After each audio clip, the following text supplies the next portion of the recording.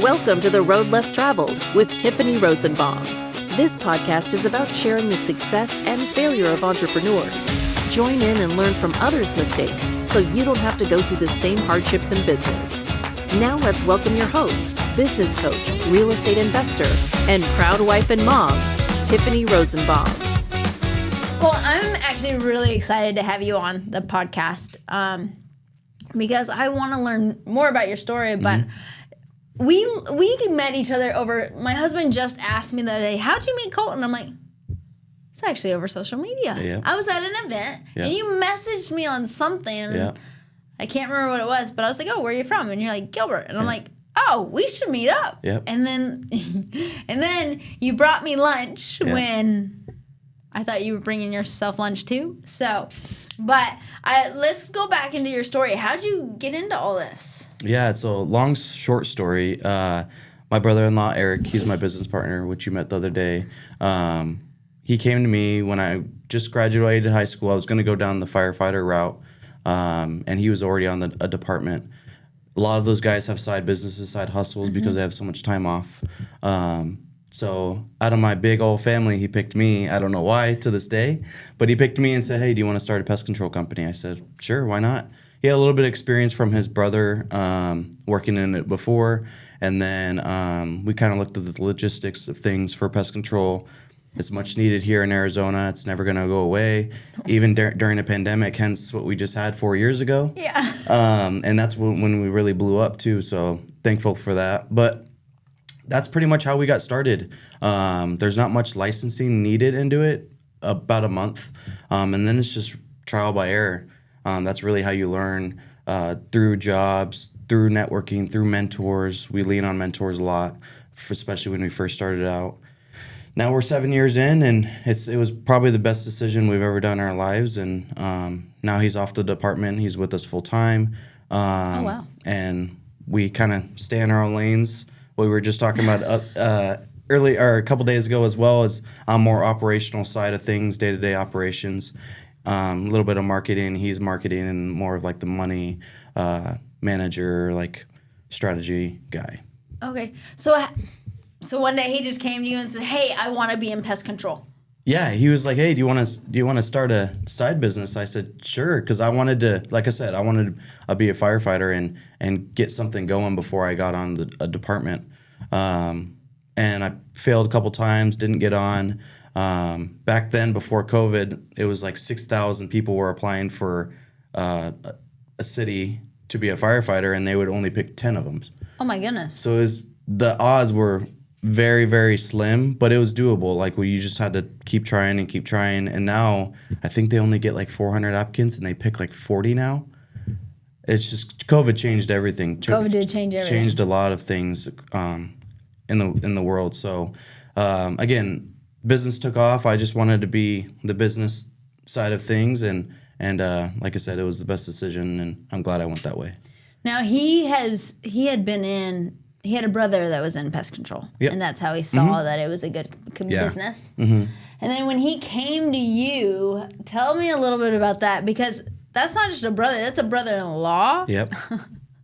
And that dynamic is usually very interesting. Yeah. I mean, he had to have been close to you. Yeah, he was married to my sister for, I think, I'm probably going to botch these numbers, but 3 years, 4 years, or together 3 to 4 years. And we were pretty close, but I think it's good. I mean, you know how family and business could be. It's very, very difficult. But I think it's good that he's the brother-in-law, and that separation piece of like, he's not my brother kind of thing. I'm sure I would work out great with my brother, but I think that brother-in-law, we didn't come from the same family. We didn't grow up together. I think that separation piece really helps. But yeah, he came up to me and I said, sure, why not? Let's do it. I'm 19 at the time. I don't know what I want to do really when I grow up, and didn't go to college or anything. And like I said, I just went with it, and we stuck our nose to the ground, and ever since then we've made it work. That's amazing. Now, from the beginning, you said y'all stay in your lanes. Mm-hmm. How did y'all determine what lanes you were good at? How did you determine you wanted to be over here with him over marketing? How did that happen? I don't think we really had a choice because, like I said, I was in it full time. He was still with the department up until like a year ago. So I worked at a restaurant in downtown Gilbert for the first 3 years of business. So I would have a 10 to 4 shift. I would spray before shift and after shift and take phone calls while I was waiting tables during the day. So I was working myself, but he can't take a phone call while he's in a fire or anything like that. So that's where the day-to-day operations, I think I legit had to be in that lane to make it work. And I just took it in full stride, and that's where I've been ever since. But yeah, I mean, that's where we figured out that part, and then the marketing side could be done every Friday or every Thursday or every Wednesday or through social media. So it's not needed to be done like this second, this hour. No one's calling, needs to be serviced this second either. So that's where that separation piece of that side of things went down. And then the money side, I was like, Eric, you're smarter than me. You went to college. I never questioned him on that. So that's where he's took that in full stride too. So like I said, it lined up I would say perfectly, and the roles we were in at the time of starting the business, and we've just never gone off track of that. I did not know that story, though, about how you were bussing tables. You were a waiter at the beginning, the first 3 years. Mm-hmm. I love that because so many times people think they have to quit their job to start another business. Mm-hmm. And some people do way too early, and then they don't have an income, and then they can't make the correct decisions for the business because they're too stressed out, and they need the money. And they usually siphon the money out of the business instead of leaving it there to be able to grow. Yep. So I love that. I mean, perfect example of having a side hustle and having it grow until it was ready to really take you on full time. Yeah. So it was 3 years that you were doing waiting tables and still doing the side hustle. Yep. That's a lot of work. Yeah, and I didn't think, legit, we never thought of this being where it is today. We always thought of it like a side hustle. Okay. And we weren't intending it to be this big, and I'm very, very grateful it is. Very, very grateful it is. But like I said, during COVID, that's when we really took off because everyone was home. Social media was starting to ramp up. That's where we get a lot of our business. And I stayed at the restaurant to help I'm very close with the owner over there, to help him through COVID because everyone was leaving and wanting unemployment and all that. So I helped him through that. And then my kid came, my son, and I really didn't have a choice other than to stay there, work, and to make ends meet and work with the business to grow that. And then I just took a plunge and said, hey, I'm going to quit this. I have enough saved up to where I could live off that for a little bit. And then it was, like I said, since I quit there, we've doubled every year since the last 4 years. So it was a great decision on my part too. And yeah. Can you go into that decision of quitting the job that was giving you the money, though? And over here, everything relies on you. The pest control, it was going to rely on you. Yep. If it failed, it was your fault, and if it succeeded, it was your fault. But that day that you were making that decision to quit the other boss giving you money, yep. How did that go down with you, your wife? How did y'all end up making that decision and feeling good about it? Were you scared? Man, that was probably the hardest year of my life. Like I said, I keep going back to the pandemic, but that was hard for all of us. And then we didn't know what was next. You know, I mean, we could have went on for 4 years for all we know, you know what I mean? But then I had my son, and I bought my first house. And my girlfriend, we were only together for 5 months, and we were expecting. And we moved in together that year. And the business. So, that's a lot. It was just like one thing after another, and I needed to shape up real quick and get my family straight, get this house for my family, and grow the business as quick as possible because I have a mouth to feed now. Mm-hmm. So to answer your question, it was probably the hardest decision of my life, hardest year of my life, but like I said, looking back at it, it grew me to what I am now and taught me so many things and taught me how to be a leader of men and women in my company. And I mean, I'm still learning every day. I mean, as entrepreneurs, you just kind of get through it. I mean, there's no other option. You just get through it, and it's going to be better at the end of the day. And yeah, here we are now. Yeah. Yeah, I don't know if that answered your question. No, but it yeah. did. Like, it did. When you made that decision, you said it was the hardest year because how was the money still coming in, or did you take a huge pay cut? It was I was grateful to the point where it was I timed it out pretty well to where I was making enough money with the business. We were to where it wasn't so big of a hit on the financial side of things. But there was, like I said, I had a brand new house, put a lot of money down on the house, and a mouth to feed coming. So that was the stressful part of things, and to grow the business, keep growing it, and make sure that it keeps growing to where I could be financially comfortable with things. Yeah. No, that's a scary time when it relies all on you. Yeah. Yep. When did you hire your first employee? Actually, it's funny. The month that my son was born, so he's 3.5 now, that's when we hired our first employee too. So training an employee and having a newborn was pretty tough. And then Eric was helping out too when he was off the fire department. But that's how I gauge when our first employee was, because my son's 3.5, so 3.5 years ago, and he's still with us too. That's amazing. He's I've known Michael. He's our service manager now. I've known him since 7th grade, and he's been awesome asset to our company. We wouldn't be here today without him. He trains all our technicians. He takes care of all the chemicals, answers questions throughout the technician's day, things like that, and helps out the office as well. So he has a lot of duties and roles and responsibilities. But yeah, I've been very grateful. First employee, still with us. That's amazing. And he's grown within the company too. He's been 3 different roles now. So. Well, that says a lot. That says a lot that someone has stayed with you that long, because it's longevity in an employee. Can you tell me about a time of other employees that you hired and made mistakes? Because a lot of entrepreneurs struggle to hire and keep a team a lot of times, especially when they're newer. Yep. 3.5 years ago. After you hired him, did you continue to hire, or how did that work? Can you tell us that timeline? My second employee, still with us as well. Okay. 3 years. He's about 3 years in now. He's also one of my high school friends.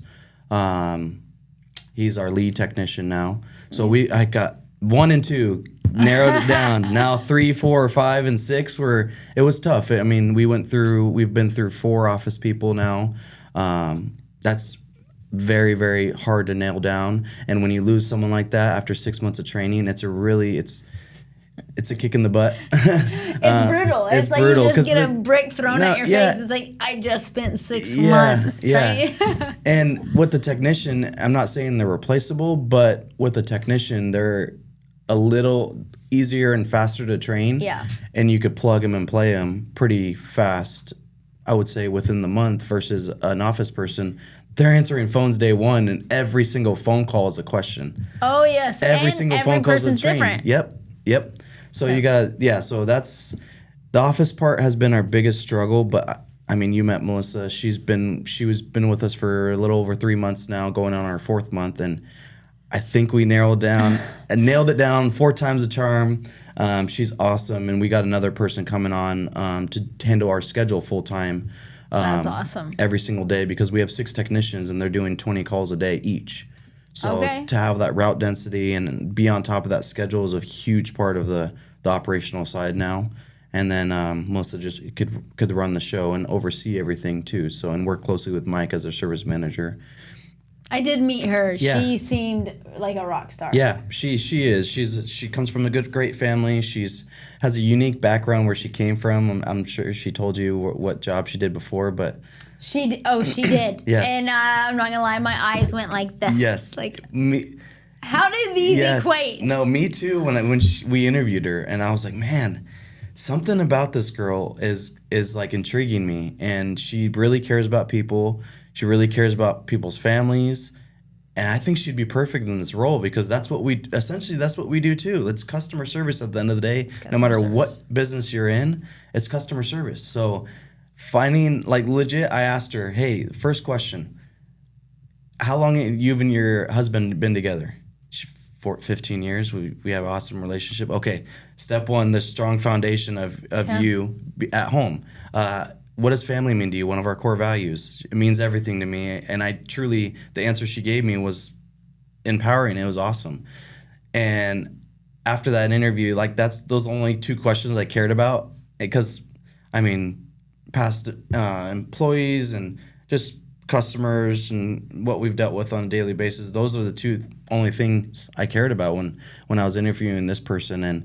And like I said, ever since then, it's been awesome, and I think we nailed it down on her.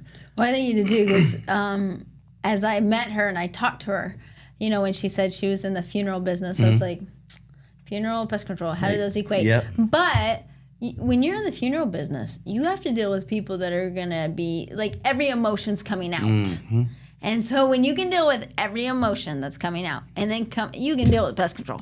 I mean, I hate to say that, don't get me wrong. Oh, no. Customer service, you're going to get people that are angry, but when you're dealing with grief, you never know what's coming through that door. Yep. Someone yelling at you because they're just in the angry face or the sad face or the denial face. Yep. I mean, you have to be able to jump a little bit and pivot like no other. So that's pretty amazing. And multitask too. Oh, yes. Yeah, I mean, she gave us a story that she got a phone call at 10 o'clock, and she pretty much ran our funeral home where she was at, and she was just an office lady. But she said she did it all, and she used to get phone calls at 10:30 to go pick up someone and bring them back and have them ready by the next morning. So like that, I was like, man, that's a unique situation. But man, if you can handle that and the emotions of that, like you said, I can't imagine. And having the great customer service when the family is dealing with, I couldn't imagine what they're dealing with. You're going to be just fine with us, and we'll treat you well, and we'll provide a good culture around you. We'll definitely take care of you on the pay side if you prove to us that you're worth, and the sky's the limit, pretty much. Let's go to that. How do you help develop your team, make sure your culture stays strong in your company?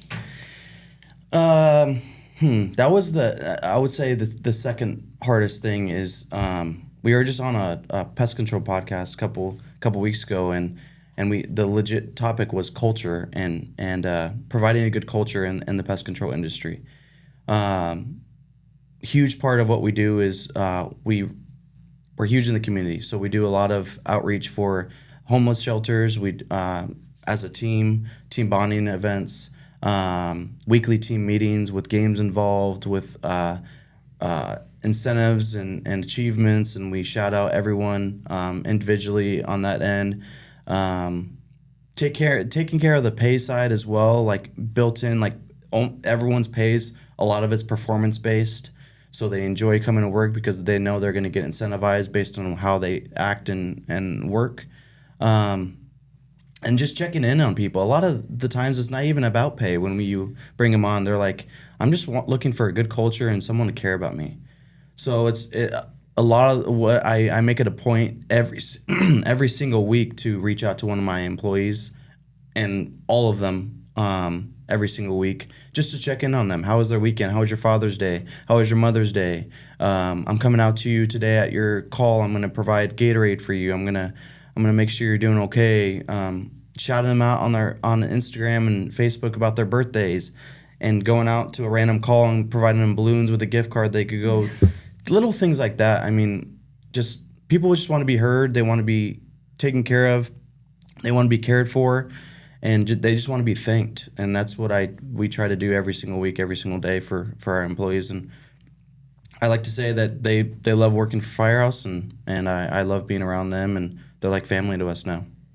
Well, that's amazing, because I say the same thing. They're like family. Like, your team is your work family. I mean, in reality, because when you talk about you and Eric that work together, my parents, my dad and his 3 brothers worked in a business all together, and I always looked at that and go, I can't imagine. Yeah, Thanksgiving was a little awkward sometimes, I'm well, sure. not only business, they did church together. Wow. So I always looked at this team atmosphere, and everybody that I always interview, they talk about how pride has to be left at the door. Mm-hmm. It's not about us, it's about the business. Mm-hmm.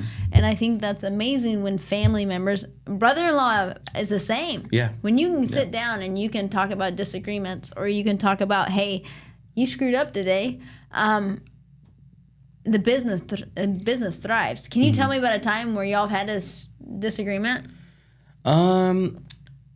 Yeah, I mean, obviously we've had a lot of disagreements and a lot of hiccups through the 7 years, but the biggest disagreement I would say we've had was just through our what we're trying to do better for our employees, if that makes sense. Okay. So just providing different roles and responsibilities, trying to improve the aspect of that. Not so much disagreements, just disagreements on like, should we put them in this position or should we put them in this position? How much should we pay this person, or how much should we pay that person? Should we bring in an office person? Should we not bring in an office person? He's the money strategist. Yep. He's like, we don't have enough money for that. Well, I'm the operational. We need this bad. We need a scheduler. What do you mean we need a scheduler? We just hired 2 technicians. Yeah. Disagreements in that aspect. And reaching out to mentors through the industry. Like I said, we were on a podcast, and they're one of our mentors, and they have a pest control company in Washington that's thriving, and it's thriving for like 15 to 20 years. Awesome. And just reaching out to them and be like, hey, what did you guys do in this scenario? We're at this point. We're making this amount of money. Should we go this route? Should we go that route? So I hope that answered your question, but like disagreements on what we should do next as far as what jobs we should put in place, because every job that we put in place now is a new job and a new job, and we're creating a new job, and it's just the first for everything. I mean, forever, because I mean we've never had a GM, a general manager before, but I'm sure we're going to get to that point where we're going to have maybe Melissa be our GM one day and running the whole show, and yeah, I mean it's just, yeah, I think that's the biggest disagreement we've ever had, and we'll continue to have disagreements and just work our way through it. I love how you said that you reached out to mentors, because that's a third party that looks in, and then it has nothing to do with you two. It just has to do with the business. Right. And what you said is we're going to continue to have disagreements. Well, that is the best thing in business, because without disagreements, let's be honest, you don't get the best outcome. When someone's being a yes person. Yep. No, you got to disagree and go banter back and forth and go, no, I don't agree with this. I don't agree with this. But the best outcome comes from disagreements, especially how you said, talking about money and then operations. I need someone to hire. Well, you better figure out how to get more money. Yeah. Or we'd better cut out something. Yeah. Or, it's just like, we better cut out some advertising. No, well, we need the advertising to make sure the leads are still coming in for this person to schedule. So. And what I love how you brought up that some listeners might be like, well, that doesn't mean that means they're not making money. That doesn't mean that. It means you have to keep your margins. That's what it means. Yep. Eric, I'm guessing, looks at the P&L all the time and goes, okay, I have to keep my margin here. My DL has to stay here. Yep. It's making sure the numbers stay right. That's how a business stays healthy. Yep. And I love that y'all said y'all can have disagreements and reach out to mentors, because that's amazing. Have you ever read the book Profit First? Yes. Yep. Oh, yes. Have you read Simple Numbers? I have not. Okay. You need to read Simple Numbers. I'm going to read. It's I can look it up. I don't remember the name, but it's I'm a how do I say this? I'm an Amazon book type person, because I can get them done. But my library is, if I wanted to say it's Simple Numbers. And it's...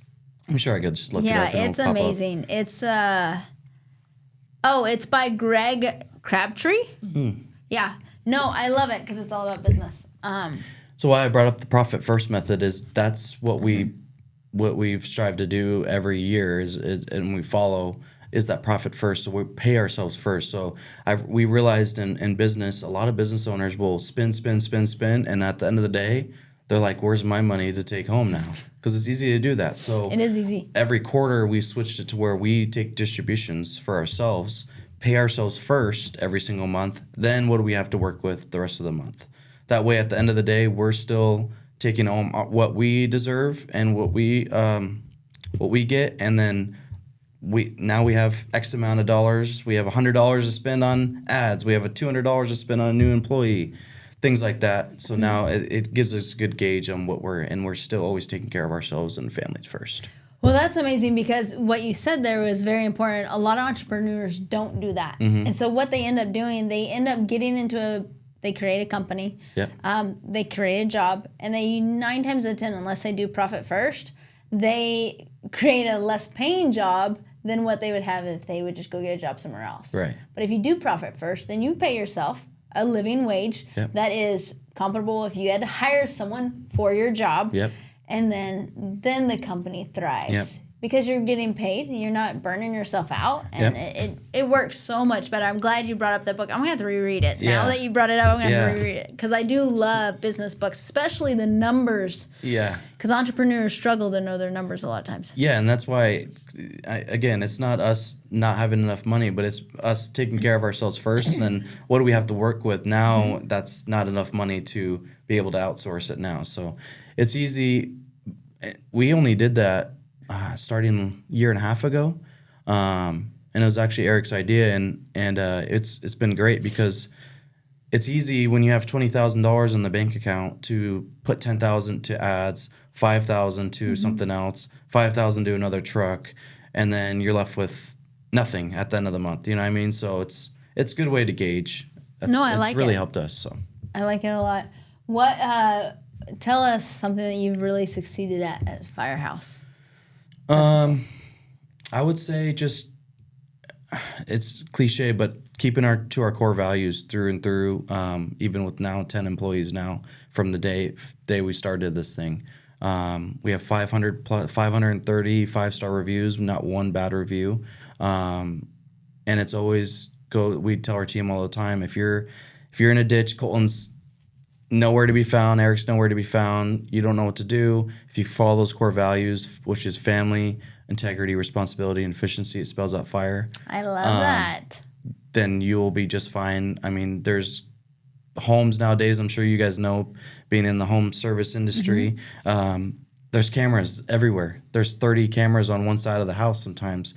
Just because they're not home doesn't mean they're watching. So if you follow those core values, you'll be just fine doing your job. You'll be just fine getting a 5-star review. You'll be a great employee and a great person for us, and you'll treat everyone like family. So that's the one I'm most proud of. Is to this day, we've had some bumps in the road, but I truly believe that we've always followed our core values to a T, and that's through everyone on our team.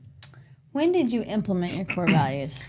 Again, just like a year and a half ago. I just love really that. where we're trying to provide a good culture, like you were talking about earlier, is creating core values and putting a big banner on our wall, and every time someone steps in the office, they see that banner and just just reminds them to follow these. We talk about it every single week. First thing of our meeting is the core values. We go around the room and what does integrity mean to you? What does family mean to you? Aside from obviously the normal answer, but what does family mean to you when you're out taking care of someone's home, when it's summer break, when someone's kid is 15 and 10 and they're home alone and they trust us to go inside their home and treat their home like family. Bringing in trash cans after the service without being asked to do that is treating someone like family. Having integrity, being in someone's home or outside home when the cameras are around and no one's home, but they're still watching you. So we just added that about a year and a half ago. I wish we'd added in very, very, like the very beginning, even when it was just me and him. But I'm glad we did because everyone takes huge pride in it, I feel. No, core values are huge because it gives something for people to lean on. Like, what does this company believe? Yep. We do it as well. I find the companies that I talk to it's important to implement that early on to make sure the company culture stays strong. Yep. What would you say is something that you've struggled with but you're overcoming in the company? What's a failure? Tell us about a failure. You keep asking questions that I just talked about with Eric or someone else or a mentor. Glad. Yes, that's awesome. But because I don't look at failure bad. Yeah. I really don't. I don't think you can succeed without failure. I mean, I could stay for months to talk about all my failures, man. You know? It's part of the business, and that's what I want people to understand. Without failure, without getting hit down, it's not a matter of if you're going to get hit down. It's a matter of when. It's how fast you get back up, learn from it, and keep going, you know? And I want people to hear failures because I think sometimes they look at entrepreneurs and go, your road's easy. Huh? Yeah. I can laugh at that statement, but I've heard it before, and it's not. I come home and tell my wife that, like, every day I'm like, it takes a special person to not, like, work more than an 8 to 5 job and, like, just put away the phone the rest of the night. I could not imagine what that's like. But, this is the road we wanted, and I accepted it, and I'm not complaining about it, but it's just, it takes special people, and like I said, we just think it's normal, and we just push through it, and it makes us stronger people at the end of the day. But I would say my biggest failure or what I have the most trouble with is I'm a yes man. I'm a do it all, like I want to do it all kind of guy, and it burns me out quick. And I feel like you would be the same person, and it's good to be like that. And I like to say I'm a hard worker, and I'm driven, and like I said, I want to do it all, but delegation is hard for me. I have 10 employees now, and actually 12 are VAs in the Philippines, and I would say I've had the hardest time delegating or creating roles to make it easier for me. So that's the biggest thing I'm working on right now is just delegating, creating different roles and responsibilities, creating new jobs, or even just jobs within or tasks within what they're doing already, to make it make more sense to where, like, I don't want to think like this, but what if I'm out on vacation for 3 weeks? I want the business to run efficiently without me answering a call or text. And that's my goal by the end of the year, is to make it like that, to where it's run smoothly. Everyone's taking care of their job, and it's still running, following the core values. Yeah. I love that you said that because you played right into it. I speak a lot on the number one issue entrepreneurs have is they put themselves in a job instead of creating jobs and making it work, and delegation. I did that for years, way too long. And then one day I realized, I started asking myself a question: what if I ended up in the hospital? Yep. Heaven forbid, but let's be honest. What would happen if I ended up in the hospital? What would happen if my son ended up in the hospital? Mm-hmm. Would the company run without me? Mm-hmm. And I started going, okay, I got to do this differently. Yep. I got to change. And so that was the hardest thing, though, to let go when I know, or even to this day when I have someone come in my office, they'll ask me a question, and I'm like, I got to bite my lip. And literally I bite it, and I'm like, I'm not going to answer this. I'm not going to answer this. I'm not going to answer this. What do you think? Because sometimes as entrepreneurs, we think, oh, it's faster to just give the answer or do it, when in reality, that only puts a noose around our neck and hangs us in the long run. Yep. You know? And come home in a bad mood every day. It's the reality. I'm doing to myself. So, my job is to not sit back and go on vacation for 3 weeks, but it's to create a business to where I can go away for a month, and I'm not at anyone's beck and call where they need my answer or need my help or anything like that. And that's pretty much what I'm trying to work on and actively always working on is those things right there. I think every entrepreneur has to actively work on that, because every entrepreneur I find, normally we're a little headstrong. Yep. Because that's why we go into running in businesses. But I said something the other day that I truly believe. A business is a living, breathing organism that gives life to many. And it can. And one thing that I think y'all do amazing, I love, is the community. Like how you reached out to me, how you're really big into relationships. Like, how do I help other people? You don't come off as sales. You don't come off as in it. Hey, how do I help you? And that is what I think is going to create so much success in your company that I can't even imagine, because you are big into helping other people. Like, we play pickleball on Saturday, and I got beat. But no, seriously, I could tell you're huge on relationships too, and playing pickleball on a Saturday and taking away time from our family. It's just we're creating a relationship of friends. I'm not expecting any business from you or whoever I meet there. I just want good relationships. It'll always, at the end of the day, business will always come. But I want to get to know, trust, and like someone that I'm using as well. And if that means playing pickleball on a Saturday because I know your husband and your kids, and same for you, for me, and like I said, it's just it's a trust thing at the end of the day, and building that good relationship, and yeah, I just building a bigger community for myself too. So. And business is trust, right? Yep. Like you use the people you trust, yep. and if you build that relationship, it will happen. Yep. So, what's the next 5 years look like for Firehouse? I want to keep doubling, but it's gonna get harder and harder because we did 1.5 last year. Nice. To do 3 million is our goal this year. Awesome. But it's a little tougher when it gets bigger and bigger. But yeah, I mean, that's the goal. We just secured a big contract down on the reservation. They're building over 500 homes the next 4 years. We got the first batch of the homes, 120 of them. We're doing the pre-treatments before they lay the concrete slab, and then we're doing the final grades. So we trench around the home when the home's built, and then we put the termite bait stations around for each home. So we're doing 120 of those. We've been in that project for about 4 months. And like I said, there's 500 of them, so hopefully we get all of those, and that's huge for us to get a big contract like that. That was our biggest contract. And speaking of relationships, I met that guy at a men's group. Oh wow! A free lead, a men's group that I even want to go to, and I went to. My wife wanted me to go, and she was like, "Get out of the house for a little bit." It was every Wednesday night, 5:30 to 7:30. I'm mentally drained throughout the day, but I went there for a couple hours. It turned into a couple of friendships that I now have, and a friendship with the head guy over at one of the head guys over at the construction company, and so yeah, relationships again are huge, and just going out and going to a networking event, you never know what you get out of it. So. To answer your question, the next 5 years, get bigger contracts like that, get more into the commercial space of things, and just keeping those core values to a T. No matter, if we double again, we're gonna have double the employees. So make sure those core values stay with those employees every single time as well. That's amazing. No, I'm excited for y'all. I'm excited that we've gotten to know each other. Yep. I got to meet Eric this Saturday, so it was awesome. But I love what you speak about, and I do love your company because of everything that you've done and getting to know you. But we appreciate you coming on. But before we leave, I do want to talk about the drink you have in front of you because I think it's hilarious because I'm addicted to caffeine, and yours is C4. Yeah, it's just pretty much just put it best like a pre-workout in the morning.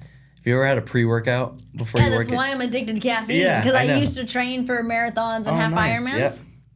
So when I train, I do a pre-workout. Oh, yeah. But now I can't get off the caffeine. Make your face itch in the middle of the day. Oh, yeah. It's like, I'm itching everywhere. But whatever they put in it is very addicting. And, yeah, it's what I brought here. And I was like, do I need to put this off to the side? Nope, I got my caffeine, too. Nice. Yours is in a better bottle, so. Yeah. No, that's one thing. If anybody has advice about how to get off of caffeine, let me know. Yeah, same here. It's like my happy juice. Yep. I need my happy juice in the morning. And that's how you know you're addicted. Yep. But 3 questions real quick. What is the best advice you've ever received?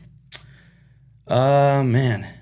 Best advice. I've got a lot over the years, but just never no matter what happens in the business or what people say outside of the business, always stick your head in the ground and keep driving forward because it's people emulate you and people want to be like you. I think that's why the outside noise is could be so distracting and people just want to bring people down. That's the biggest thing I would say is just don't let other people bother you. I know it's easier said than done, but just keep pushing through and it'll be all worth it in the end. I like it. Yep. What's the worst advice you've ever received? Why are you starting a bug company? That's probably it's not advice, but it was a comments when we first started from peers and people I know, and even some family members, and not to knock them, but they were trying to look out for me. Yeah. Why start a bug company? Like, go to college. That's probably the worst advice I've ever had is it's not really advice, but it was comments. But it's comments because you're the crazy one. You're going to go out on your own. What? Wait, what about the stability? Yep. What about all these things Yep. that, you know?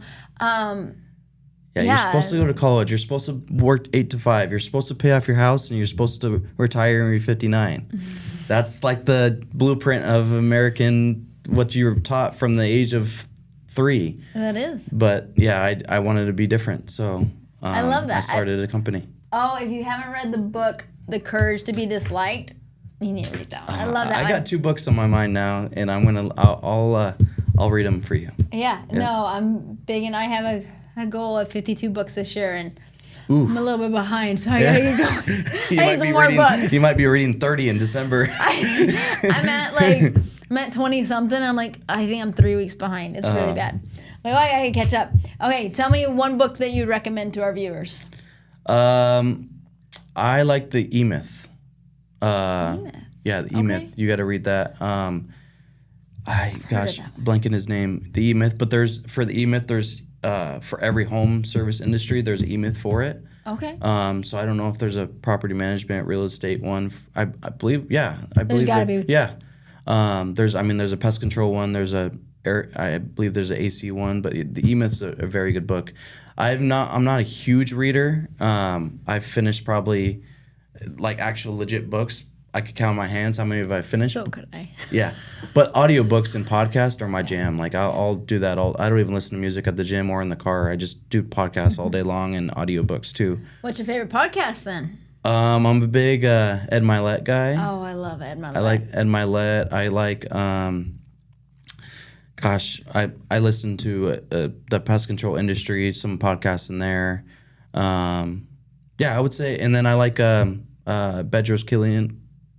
Bedros, you know Bedros, and I also like Andy Frisella. Okay, I was like, what's blanking his name for? I was like, Andy every day.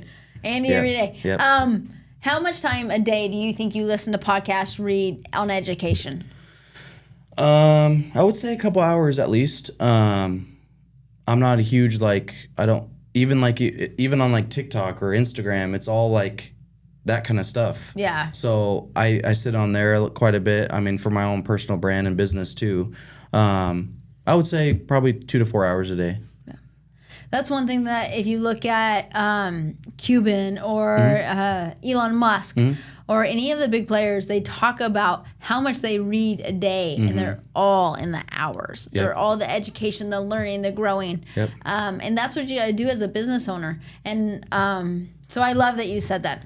I appreciate you coming on today. Of course. But real quick, last thing, where can they find you? Yeah, that's Colten? a great question. So Instagram is Colten Gonzales, Colten with the E and then Gonzalez with the S at the end. And then Firehouse Pest Control services on Instagram or Facebook, and then firehousepest.com is where you can find us. We're based out of Gilbert. We go to Surprise to Florence. I get that question all the time. Okay. Do you service the whole valley? And yeah, we're top to bottom, west to east. Y'all go all the way out to Florence. That's amazing. Yep. Casa Grande is where that big construction project is. And then, I mean, Buckeye's exploding, so we've been out there quite a bit too. So, in the pest control service, I mean, we like I said, that's why I'm bringing on a scheduler, because it's key to put all those accounts together so it's not so bad every single time. So, yes. At first, it was like, we got our first customer in Buckeye. We're going to do one job over there and coming back. It's like, we got to build that site real quick. Yeah. Cave Creek, Carefree, same thing. It's just like, it takes time to build it up, but once it is, it's worth it to go everywhere. I mean, the valley's so easy to access. With all the roads here, it is. No. Definitely reach out to Firehouse. I use you, so I love what we're creating. So I appreciate it. Thanks for coming on today, Colten. Thanks for having me. I appreciate it.